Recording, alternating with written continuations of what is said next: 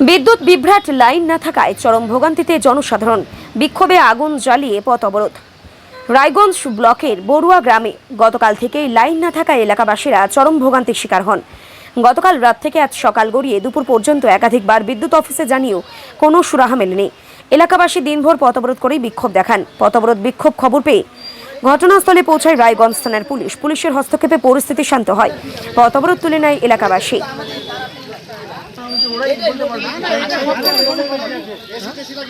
আপনার নাম? জয়ন্ত তালুকদার। পথ অবরোধ করেছেন কি কারণে? একটাই কারণ, আমাদের রাত্রি 9:30 থেকে আমাদের কারেন্ট চলে যায়। কারেন্ট যাওয়ার পর পরবিতে আমরা শিলিগুড়িতে আমরা ফোন করেছিলাম। ফোন করার পর রিপোর্ট নিল। রিপোর্ট নেওয়ার পর আমাদের ফোন করছে যে আসবে। আস্তে আস্তে আজকে বিকাল 5টা বাজে গেল, এখনো পর্যন্ত কেউ ওরা আসে না, শুধু বলছে আসবে।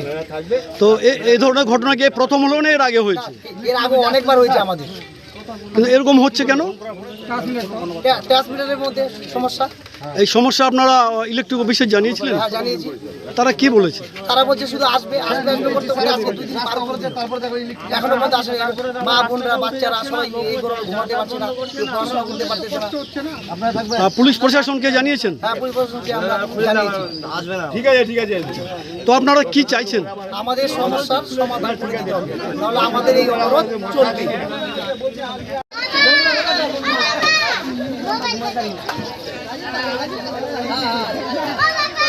মানতে হবে, মানতে হবে, মানতে হবে, আমাদের আন্দোলন মানতে হবে, মানতে হবে, মানতে হবে, আমাদের আন্দোলন চলো কোনটা নাই মানতে হবে, ইলেকট্রিক বোর্ডকে মানতে হবে। আমাদের কালকে 9টার ঘটনা, আজকে সন্ধ্যা 5টা বেজে গেল, ইলেকট্রিক অফিস কোনো কর্ণপাত করছে না। তাই আমরা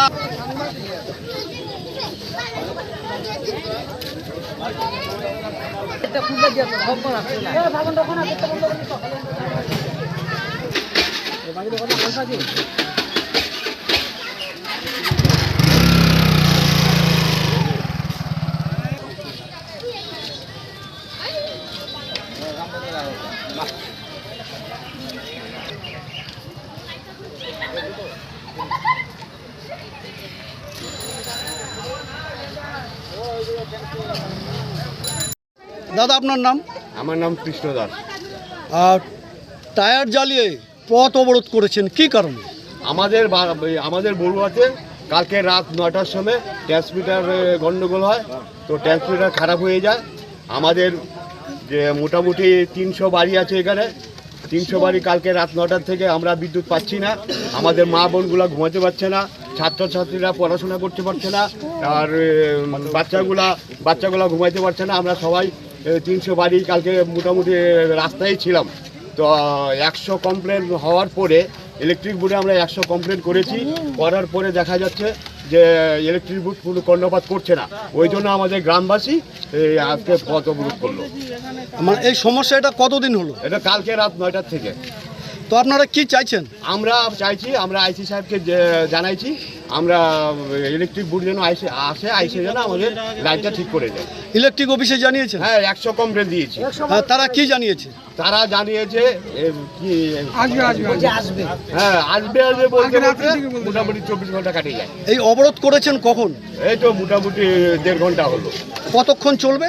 সে আমাদের আমাদের হ্যাঁ, আমাদের সমাধান যতক্ষণ না হচ্ছে ততক্ষণ চলবে।